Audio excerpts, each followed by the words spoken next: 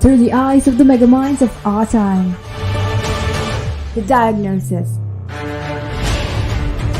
a pro analysis. Every Saturday from 4 p.m. to 5 p.m. on Relaks Radio. Hello and welcome to another episode of The Diagnosis, a pro analysis where we try to find solutions for the current situation in Sri Lanka and for anything that we want to find solutions for today. As always, I have a very interesting person, a very interesting guest with us, and that is none other than Mr. Chandrasena Maliyadde. Hello and welcome, Mr. Chandrasena Hello. Maliyadde. Hello.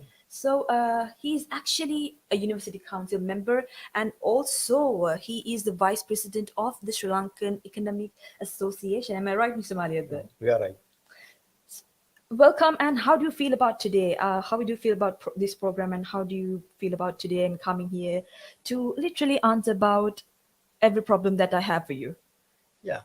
One thing I must thank you for having me here on the program. And this is, this is a very strange period in the country. It is. People are inquisitive. People are worried. People are waiting for a better tomorrow. So in that event, I don't. I think that it's good that all the media and everybody talks of the situation. So I'm happy that you had taken an interest to discuss about these current issues and the current crisis. Thank you so much, Mr. Maliyadde, and I really appreciate you finding time to come here and to talk with us. But before we move on, I'm going to quickly remind you guys to follow us on all our social media platforms. We're on Facebook, Instagram, TikTok, and Twitter as well. And don't forget to go and subscribe the YouTube channel of Relaks Radio. That way we can stay connected anywhere, anytime. And don't tell me that you still haven't downloaded the Relaks Radio app, because you're definitely missing out on a lot of good stuff that we have in store for you if you haven't downloaded the Relax Radio app. So make sure that you go and download it right now, so that we can stay connected 24/7, 365, anywhere, anytime. So before we dive on to the questions that I have for you, Mr. Maliyadde, can we quickly introduce yourself to the listeners out there? Give a brief discussion. Yeah, I have been in the public sector for nearly 50 years, and I have been serving in different capacities. Ended up as a secretary to 4 ministries, and then retired about 15 years ago. And still I am actively involved in some of the development work, not with the government, but outside the government. And also I am writing to papers very often about the current social and economic issues and the way I think and the way things should have happened. In a way, I sometimes open the eyes of some decision makers and policy makers. Even today, in a paper, there is an article on the overcoming or the beating the fuel and energy crisis. I have written it. So I tried to think in a different way rather from the others. Which is very good. I think that is something that we need right now, thinking in a different way. So how can I actually introduce yourself? Would I introduce yourself as an economist? Would that be nice? Or you can say a diehard bureaucrat. I think that would be better. So Yeah.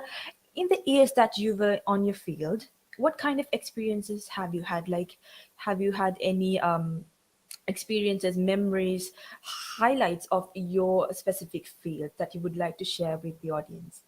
Well, as we all know, public service is not very user friendly. I do not know the reason, but the common man believe it is not user friendly. You have to go several times to get something done, and you have to go through someone, or you have to go through a politician. So that is because the public service is not very directly in touch with the public or not user friendly. So that is my view of the public service over a period of 50 years. We have to make it more user friendly. So when you are not user friendly, people come for not for the duty or the service, they come for favors. They come and say, can I get this done? And many people speak to me to get their various documentation or various things done, they contact us. That means that they cannot go direct and get that done. So this is my experience in total. But in general, public service is present everywhere. We say that there is a public servant for every 14 persons in this country, and also public service start from the residential secretariat down to the Gram Nilgiri division. So that's the lowest administrative division. So it is present. It is very much present. Every sector, everywhere, every region. But the question is whether the public can get their services done in a convenient, simplified manner. So that is, in fact, I cannot answer, but the public has to answer. But my view is we can be more user friendly, more public friendly. I think, Mr. Malia, there's something that we all undergo. I myself, as a part of the public, is, as you said, it's not very user friendly when it comes, especially when it comes to Sri Lanka. So, actually, with this crisis, we know that there's an economical crisis happening right now, a financial crisis, and a political crisis happening in Sri Lanka right now. So, with the crisis, are there any shortcomings that the public service sector had to face? Public service sector has to, yes, there are shortcomings because we cannot attend meetings. Now you have seen in papers when the IMF delegation came to Sri Lanka, the Secretary Minister of Finance couldn't go in time. He was late. So those are the difficulties created by the present crisis. It may be the protest made by people, it may be the congestion on the road, it may be the lack of fuel. So due to those issues, the public sector is affected very much, especially the sectors like the transport, then the health services, the teaching services, they are all affected.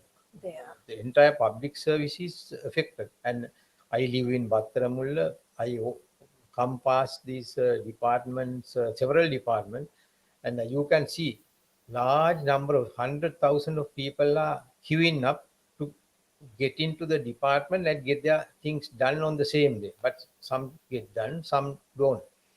So the present crisis plus the usual the systematic difficulties, the public sector is facing difficulties, and the public sector officials face difficult to deliver it on time.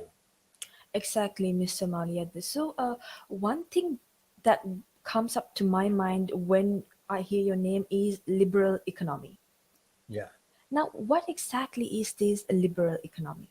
No, liberal economy is a system where you get the market to play a larger role, and rather than having government control, the market decides what would be produced, what would be sold, how much would be produced, and how will it be produced, and at what price it will be sold. All that will be decided by the market. But the government intervention is very low. So liberal economy is that this market plays the bigger role in every aspect of the economy. Now, do you think that Sri Lanka, the liberal economy is employed well in the Sri Lankan market? So liberal economy did, in my opinion, there are some economists believe that it had played well, and there have been difficulties, but it had played well. But in my opinion, liberal economy did not play well in Sri Lanka due to several reasons. And One what is are those? that was introduced, in my opinion, overnight. Like we had a very controlled, protected economy up until 1978, and it was a producing economy. There were difficulties, the inefficiencies were there, the cost efficiency was not there, then quality issues were there, standard issues were there, but still it was a producing economy. Large number of things were produced in Sri Lanka. But overnight, we converted that into the liberal economy, the market economy. Then the imports flew in a rapid manner, and people who were producing in Sri Lanka couldn't face the competition. Those competitive goods were better or better quality, or they were cheaper. The local producers couldn't face it, and they disappeared, and they were more or less wiped out. Now, since This was liberal economy was introduced in 78, and it was in operation for last 42 years. And today you can see that we are having a trading economy. The producers, the entrepreneurs are not very much present, and as a result, that trading economy needs imports. So to meet the cost of imports, we have to increase the exports. But our export sector has not grown as expected. Therefore, we have run into debts. We have to borrow. We have run into debts, and today we call the debt crisis. And then the central bank governor has declared that we are going to default the debts, and we couldn't. We for the first time we have defaulted. Now, Mr. Maliyadde, is there any difference between economy and liberal economy? Economics, no, liberalism is part of the economics. Economics has different models in the capitalist system. We are having a more or less a capitalist system. In the capitalist system, there are different models. Yeah. Those models are, you can see that Sri Lankan model is different from the Vietnam model, Indian model. So there are differences. Liberal system is that where you get the market to play, but the government role does not cease. Government has a role. Government has to facilitate. Government has to promote certain things. Government has to collect taxes. Government has to provide incentives. Government has a role. But this combination did not work well in Sri Lanka. And why exactly is that? Or and also, do you believe that liberal economy is what that should be employed in Sri Lanka? I don't think the liberal economy is the approach for today. Because if you are going for a liberal economy, you must have adequate foreign reserves, foreign resources to get down your basic needs as well as the development needs. But today we have a problem of getting even the basic needs. Exactly. Everywhere, the consumer goods are in short supply, the fuel and energy is in short supply, but we all depend so much on the imported things, and the liberal economy has not worked well. I do not know whether the liberal economy as a concept is wrong, but it did not work, or it was not implemented well in Sri Lanka. We would have misunderstood it, and we have introduced it too fast, and we did not allow it to grow along with the existing system and then come to a level. And also there are other issues. Now if you take the public sector, the public sector, certain ways of doing things and the rules and regulations were not investment friendly. Therefore investors did not come into Sri Lanka. We have certain ordinances and acts passed in 1906, that the forest ordinance was introduced in 1906. Then the Fauna and Flora Act was introduced in 1936. That was during the colonial British period. And today, we have so much differences. The use of forest and the forest material, forest products, and the population has grown. A new infrastructure has come in. There are inroads to the forest. There are inroads to the fauna and flora, and certain other the Monetary Law Act was passed in 1952. So at that time, we talk of two types of money. One is the currency and the notes issued by the central bank. Other one is this money created by the commercial bank, the bank deposits. But today you have many other types of money: digital money, the mobile money, online money, black money, borrowed money, and also the credit cards and all that. These are all parts, have become parts of the money supply. But we still live with the old Monetary Law Act introduced way back 50, nearly 70 years ago. And do you think, I believe that it should be changed. What do you think about that? It should be changed. Of course, yes, it should be changed to suit the present Sri Lankan requirements as well as the global trends. Exactly. There are changes taken place within Sri Lanka and outside Sri Lanka, and also the money flow in, the people's behavior, and then also the people's habits are changing. Then also the relationships are changing. With that, these laws should really reckon these changes and then undergo changes. Law cannot be a very constant, permanent thing. It has to change along with the systems and the other trends. Exactly, Mr. Malia. They completely agree because with change only comes development, and which is why we should definitely embrace the change. Now, since we were talking about economics and the economical status in Sri Lanka, and since you're an economist yourself, what is your opinion on the current economical crisis that we are facing right now? So current economic, now this is interpreted in different ways. Yeah. Now we have a foreign exchange issue, we have fuel and energy issue, then we have even Sri Lankan rupee issue. The Prime Minister has said that I don't have enough Sri Lankan rupees. I am going to print 1 trillion rupees. Not that I like, but I am going to print 1 trillion rupees. Sorry So to disturb you, but what are the negative effects of this printing money?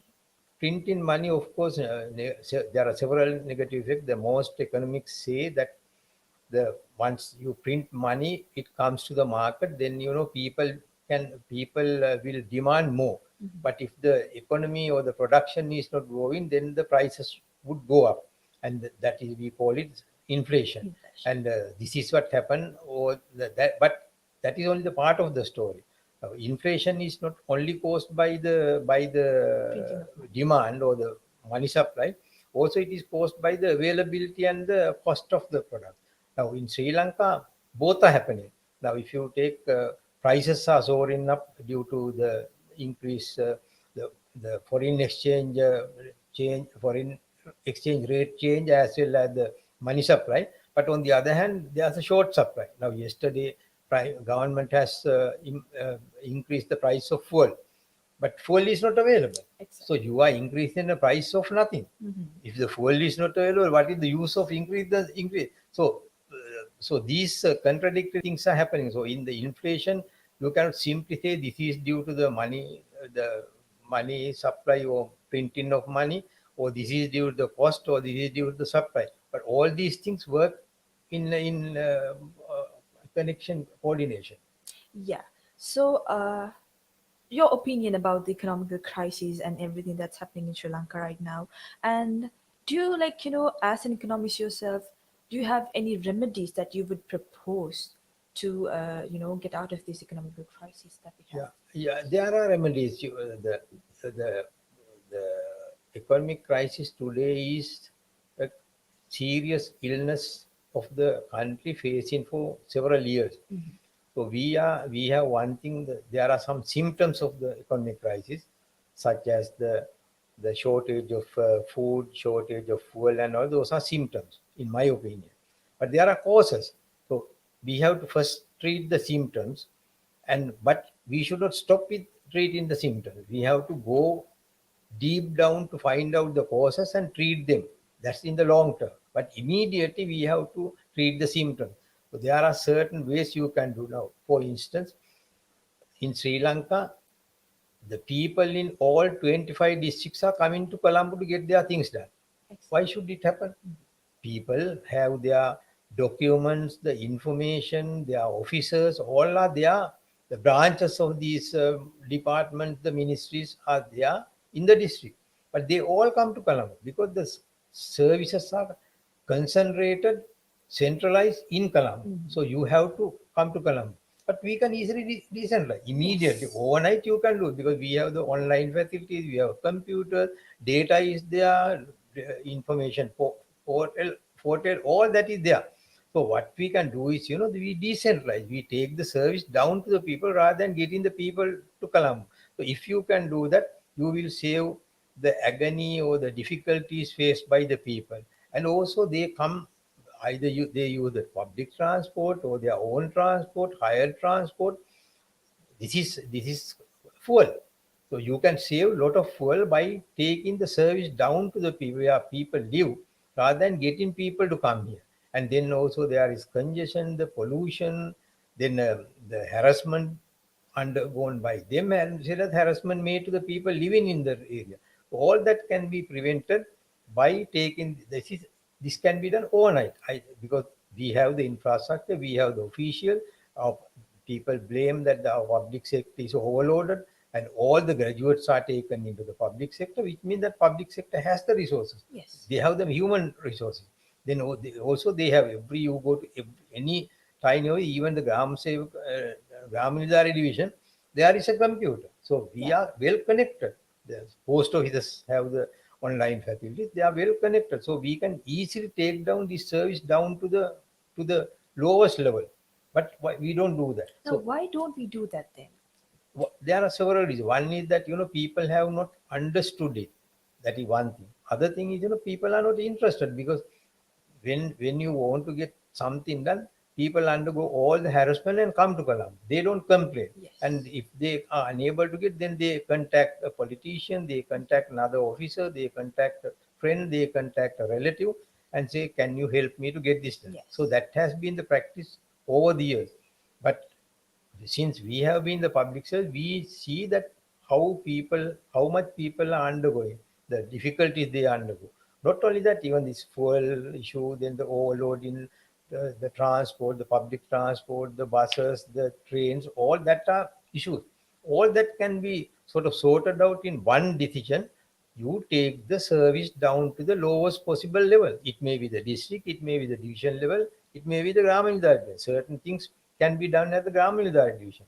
So, now, in certain countries, I was told you can go to the post office and get the passport, because you are connected, well connected. The information is there wherever you go. So that system is in Sri Lanka, but we don't take it down. That is one thing. Main thing is that when you have it in Colombo, you are a wanted person. People come to you. But if you take it down to the people, your your the your importance might go down. So I think That's in there as my well. opinion, that is Now, the who's responsible for implementing this? Who should do this if it has to be done? so there is a president, there is a prime minister, and there is a minister in charge of the public administration. So they can take a decision. In fact, I have given a paper as well, so someone can read it, and then they can take a decision. President can take a decision, prime minister can, the minister in charge of the public administration can. There's a cabinet. Exactly. They can take a decision. I But think these it things are should not be even done. discussed in the parliament. Which is why this has become a very huge problem right now. That's right. And These issues are not seen very much by the political authority or the decision-making authority. And it has been there for years. So people are used to that. People undergo harassment. So we don't see. We go in vehicles, so we don't feel it, because we contact someone and get our things done. So we think that other man also will do the same thing. So as a result of that, no one has paid not much, any attention to change the system. exactly, Mr. Malia. Then I also believe that it's not solely the responsibility of the leaders, it's also the responsibility of the public to come up with such solutions and come up with their questions and what they go through, so that the leaders, the leading parties, can take decisions to solve them. Yeah, you know, it is the easiest thing that we get the politician as a scapegoat. But it's not only the politician. Exactly. It's entire sector, all the entire population, entire public sector, everyone is responsible. No one has thought about this. So you can say this is our political system and all that. You can find the excuses, but everyone, in my opinion, everyone is responsible. Exactly, Mr. Malian. I completely agree with you. And now, since we were like talking about the economical crises and the public sector and how they work and how effective they are, so like if in order to work them, run them smoothly and get back to how we were, or like better in economy, what is the likely time frame that we have to get back things running smoothly? We have now, as it is, we have to start from the scratch. We Exactly. have to start low, and we have to start with less requirements and a lot of hardships. In my opinion, this process would take minimum of 2 years to come back to not the normal, but come back to some convenient, comfortable zone. But it will not be normal, because with this liberal economy, we were able to have access to any product developed any part of the country. You can see that any luxurious vehicle, any high cost vehicle is running in on Sri Lankan roads. Yes. And you can see that these highways, flyovers, all that are very luxury things, and they are very costly infrastructure. So all the facilities are there, but we will not be able to use them due to these present crisis. So what immediately we have to do is, that we have to think of the local resources. Now, for instance, we are importing fossil fuel. Fossil fuel we cannot import because there is no foreign exchange. Then we have to think of the local sources. Maybe the solar power, maybe the dendro power, maybe the wind power. There are these bioenergy. We have to look at these renewable sources of energy generation. It will take time, but still we have to resort to that. Now, if there is no gas available, then people have to go to firewood or something else. So that will be a difficult time for every section of the population, but we have to start from the scratch. In my opinion, the minimum period taken to come back to some comfortable level will be 2 years. 2 years. I think that's a likely time frame that people can maybe have patience and wait. But then, given the circumstance, given the what people go through right now, I don't think that the general public of Sri Lanka will be very patient for 2 years as well. But then it has to be done, right? Yes, it has to be done. There are no other way. Because, you know, there will be a lot of difficulties, resistance coming, all that. But it has to be done, and also everyone has to be concerned. Now, the Prime Minister has said that the people should conserve fuel and energy. Prime Minister has said that you should not hoard it. Prime Minister has said that you give up all the unnecessary travel and all that. But I go for my walk in the morning to this theatre. I saw a helicopter landed there with the wedding couple. So, so when you say citizens or the public, I think that the people who can afford the helicopter to bring down their wedding couple are also included. But so everyone has to share this Exactly. difficulty, irrespective of their social status or the economic status.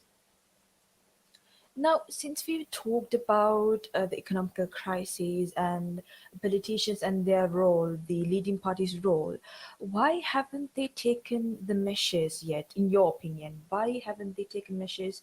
And I believe that it is partially their responsibility that Sri Lanka is in this position right now, today. Why haven't they taken the necessary steps to uh, in order to run the country smoothly? Are they not capable? Don't they have the uh, qualities, the capabilities? No, I think capabilities are there, but awareness is not there. The decision making people, I say that it may be the banks, it may be the private sector, it may be the public sector, it may be the politician. None of us have thought that Sri Lanka is going to end up in such a deep crisis situation. We thought we had from time to time there were difficulty, there were difficult times, but no one has thought such a short period we would come to this level, because we were depending too much on imports, too much on foreign loans, and there were people there were international organization, then the government, which were willing to provide the assistance.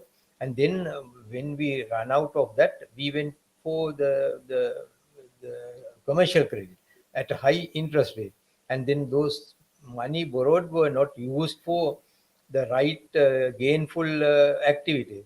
Most of the things were spent on extravagant infrastructure development, and they were all used. They all used the imported material, the cements, the iron, even the labor. I can remember about 3 years ago, the construction industry people complained that they don't have labor, and then the government allowed them to import labor from Nepal and Myanmar, and we imported. And but we have about 40% of our people are below the poverty line. They are unemployed, but still we are importing labor. So what is the contribution of this construction industry if they are importing labor, they are importing material, if they are importing the technology, if they are importing the person, then what is the contribution? No contribution. And they are not immediately in the short run, they are not paying back. Now, if you take these highways, then this huge high-rise in buildings, high-rise buildings, then the flyovers, then expressways all have spent foreign exchange, but it didn't earn anything now. Most of these, if you take Southern Expressway, I took nearly about 80 million US dollars, but it will take another more than 100 years to earn that money. And on the top of that, that when you are having such infrastructure, you don't only look at that particular project, you look at the national gain. But what is the national gain? I know there are some people, they go to Bentot and Goal to have the lunch. There is no national gain. So you spend more fuel and you use the wear and tear and all that. But the, the, the youth of your age, they go to Bentota or Goal and they have the lunch and come back, because it is quite easy for them to go to Bentota, much faster to go to Bentota and have a good meal and come back rather than going to Fort and have it. Exactly. Fort is completely congested, whereas Bentota, the road is clean, you go there, within 2 hours you are back. So these are things we can. On the other hand, if you look at these infrastructure, it has killed the informal sector. In Sri Lanka, about 40% of the employment is generated in the informal sector. You know, these small, the Kisok people, the boutiques, and the even, you know, these people who are selling on the wayside this king coconut and then cashew nuts and cup of tea, that all that completely ruined down the old Gold Road. The old Gold Road, you know, when we go to Gold, we take about 3-4 hours. We stop for a cup of tea. We stop for a snack. We stop for a king coconut. We stop to see a friend. We do social things, and we take half a day. But today you go within 45 minutes to Gold and then come back within 2 hours. But all the social activities were gone. Then the informal sector is completely disappeared. So these are not seen very much on the top. But this is what happens, you know, when you take certain macroeconomic decision, these small things which are important are not seen. And it had happened in Sri Lanka. Exactly, Mr. Maliyadde. I completely agree with you. Now we have lots of interesting stuff to talk about. But before that, we are moving to a short commercial break. So stay tuned. We'll be right back after this short commercial break. Through the eyes of the megaminds of our time. The diagnosis.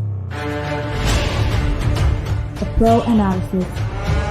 Every Saturday from 4 p.m. to 5 p.m. on Relaks Radio.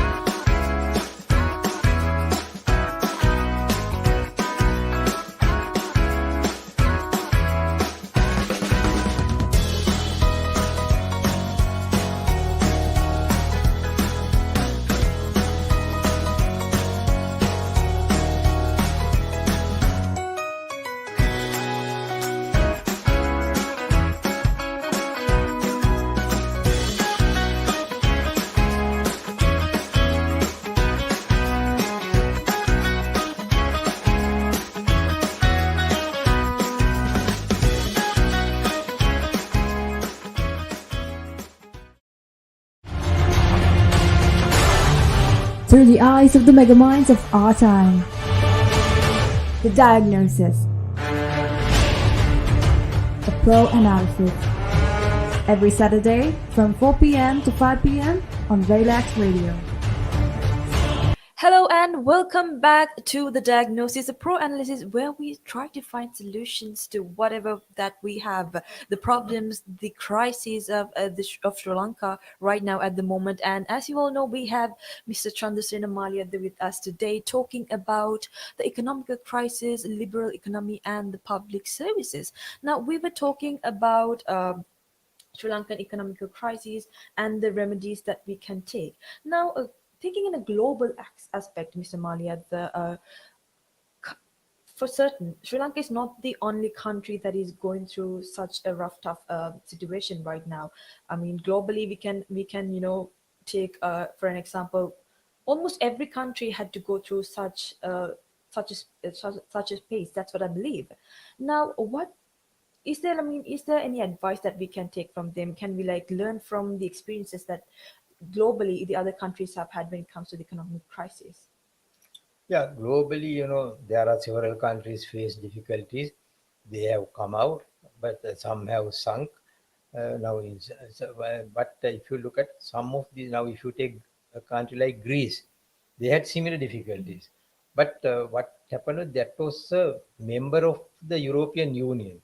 So the European Union has taken care of Greece because they did not want to see the Greece is going to sink.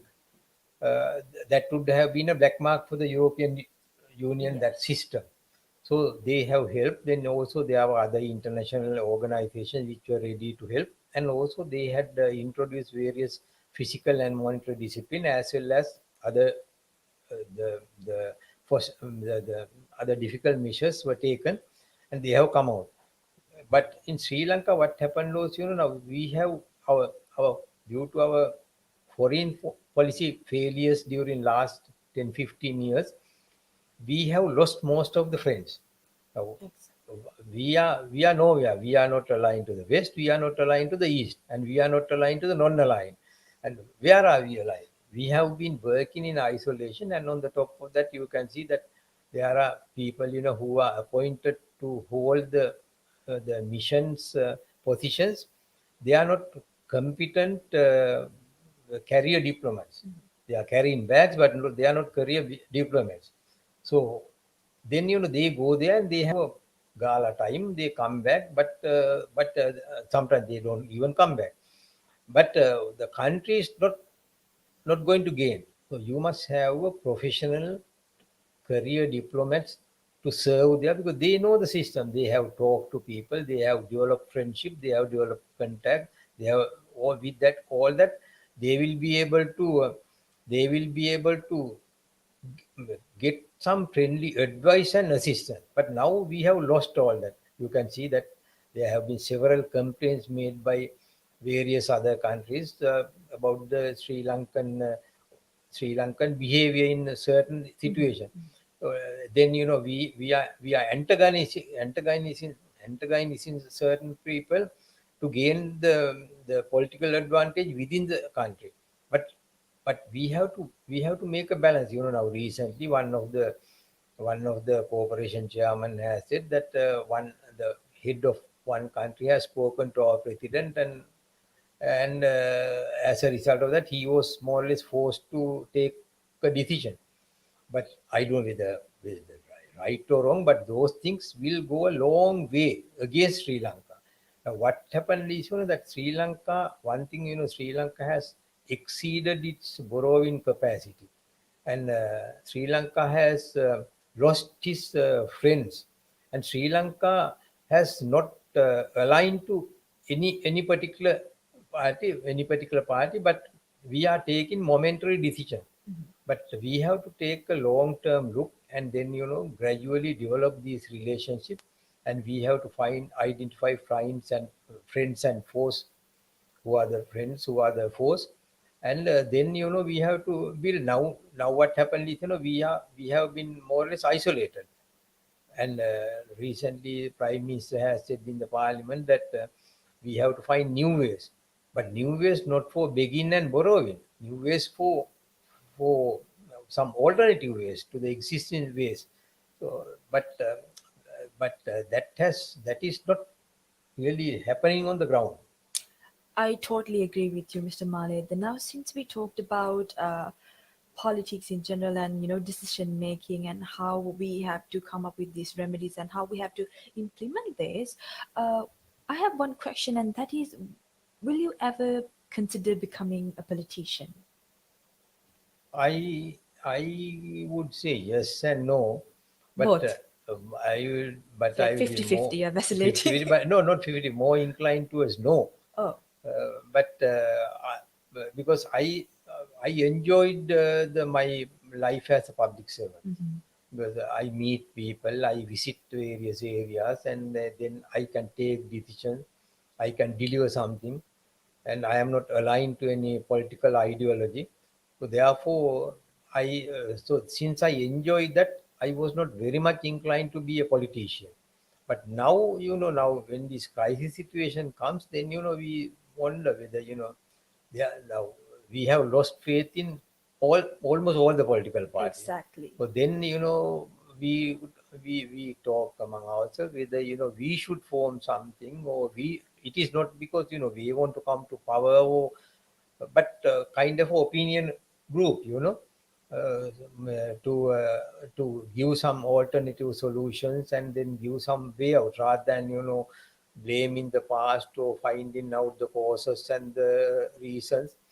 uh, we have to take a more positive approach to turn the challenge into opportunity. So for that, with the because we are no longer in the public service, we cannot go back to public service. Maybe we are spent forces. So therefore, not to get directly involved in politics, but to get certain things done and to make certain decisions, we have to be somewhere. So that may be the politics, because politics has no age limit. So that may be so. That is not because of we are power hungry or anything else, but to overcome this situation, that for our children, for our grandchildren, and also for future generations, we have to contribute something. So that way, if I get a chance, I wouldn't mind get into the politics. That is actually very lovely to hear, Mr. Malia. Then, which is that's the very reason why I asked that question, because as you say, you have remedies, you have been in the public sector, you know what's going on, and you can actually provide remedies and solutions. And it is, I believe, in a way, it's your responsibility to, since you've been in the field, it is your responsibility to make decisions if there's a possibility. Yes. And you said that there's no age limit when it comes to politics. But now, actually, most of the youth, specifically, what they say is that the politicians that we have right now, they should go, they should retire. What's your opinion on that? I agree with that. They should go, but they have not contributed. Now take when the So, age limit is not a problem as long as you contribute. That's what you say. yeah, as long as you contribute, age is not an issue. But now what happened is, now we have now, they say that this what the youth says, that we had 74 year the lost years. So which means that we are in that age, which means that most of our age was, we have done a damage to the country. Exactly. So now, we if we think of coming back to system, then which means that we are going to continue with the damage rather than construction. So I agree with that. But the issue is that by simply replacing the old generation with the new generation is not going to happen. There has to be I agree. there may be. So why, irrespective of the age, there are certain people who are concerned, who are aware, who are willing to contribute, who can really make decision, who can turn around. So it is not the age what matters, but since the youth have taken this view, I agree with it. And also for the first time, they have opened our eyes. Now we have been talking, in our houses, or with the family, or with the friends, that that these mistakes are happening. But for the first time, they have taken it to the wider arena stage. And now, as a result of that, you can see there have been so many changes happen during last 1 year in this country. For the first time, now president for the first time has not apologized, but he has said that he made mistake in introducing this organic fertilizer, in delay in going to IMF. He has said that. Yes. But that that was the first time I heard from that president to say that I made a mistake. So that was really came because of the force or the situation created by the youth. And then he has sacrificed the entire Rajapaksa dynasty. He did it. And then he got a man who has lost the election as the prime minister. So all these things happen because of this youth, the voice, youth uprising. I don't know whether you can call it uprising, but anyway, youth have pointed there. Youth have brought to the notice of everyone, from the president downwards. Every sector is, even I have seen certain private sector people, the public sector people. Now they talk. Now there was a time, now the current president appointed many service personnel into administrative position. Not a single public servant may raise any voice. But after this courage they got from the youth, they protested. They said, we must have the career public servants, career diplomats, career officers, all that. So that strength or that idea came from the youth. So we have to really thank them. But the only thing is, I don't think that purely because of the age you have to reject or you have to accept. Yeah. So you have to accept the right people who can make decision, who can who can talk as well as who can walk the talk. Exactly, Mr. Maliyadde. Now, what's your opinion on youth and politics? Do we need more youth representatives when it comes to the politics in Sri Lanka? No, I don't agree. There is a call that you have to have more youth in politics. You have to have more women in politics. Female representatives. But it is not going to serve. I think what happened was, over last few years, we have disintegrated the society. We are disintegrated into youth. We are disintegrated women. We are disintegrated men. But we have a family. Whether right or wrong, in Sri Lanka there's a family structure. So when you disintegrated, then the youth will have their way, the women will have their way, men will have their way. But that family unity is completely disintegrated. But I don't think that by having youth, the youth now, how many young MPs and young ministers are in this cabinet?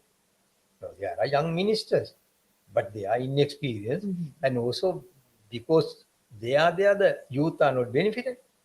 Exactly. By having youth, I think that's a mistake we have made.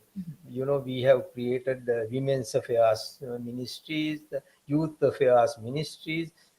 But what we need is, a kind of, we have to take the overall look and then have approach and people. By having more youth in the parliament or in the decision making process, youth are not going to be benefited. By having more women in that, women are not going to be benefited. There are sometimes it will be worse for the women. Because there will be a lot of infighting and all that. So I think, it has to be a combination. This gender and the age should not be treated as a must. Exactly, Mr. Malin. So as long as the responsibilities are being handled, doesn't matter the representatives, whether it's youth or women or men, as long as the responsibilities are being handled and being employed. Now, moving back to your professional career and you as an economist, let's move back to back in age and talk a bit about how you actually got here, becoming such a good economist and a public service provider.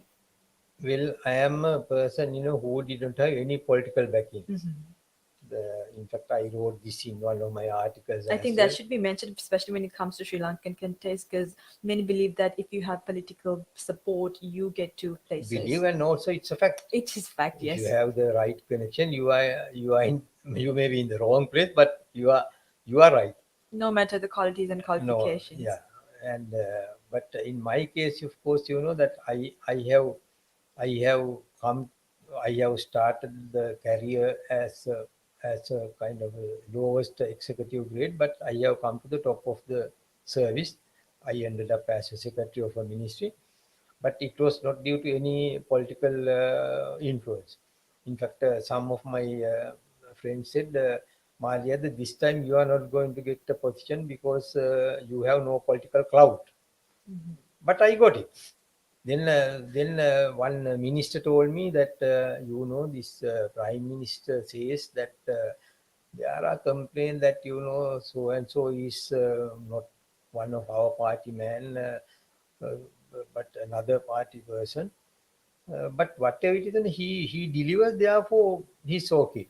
So, and there are certain other one president has told when I was made a secretary, that president has said,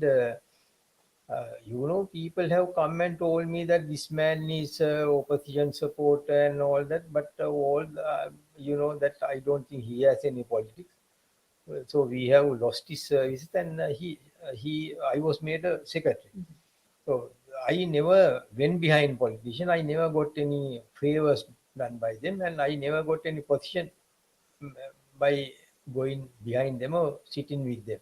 But I work with them. I work with them. I know how to work with them, and they have their own agenda. They have their own wishes, and unlike us, they have to go before the people. So unless they deliver, and they sometimes they do favor, sometimes they deliver things. So we must understand that, as public servants, we must understand we cannot treat them as public servants because they have their political agenda. They have to go from every 5 years. Their survival depends on that.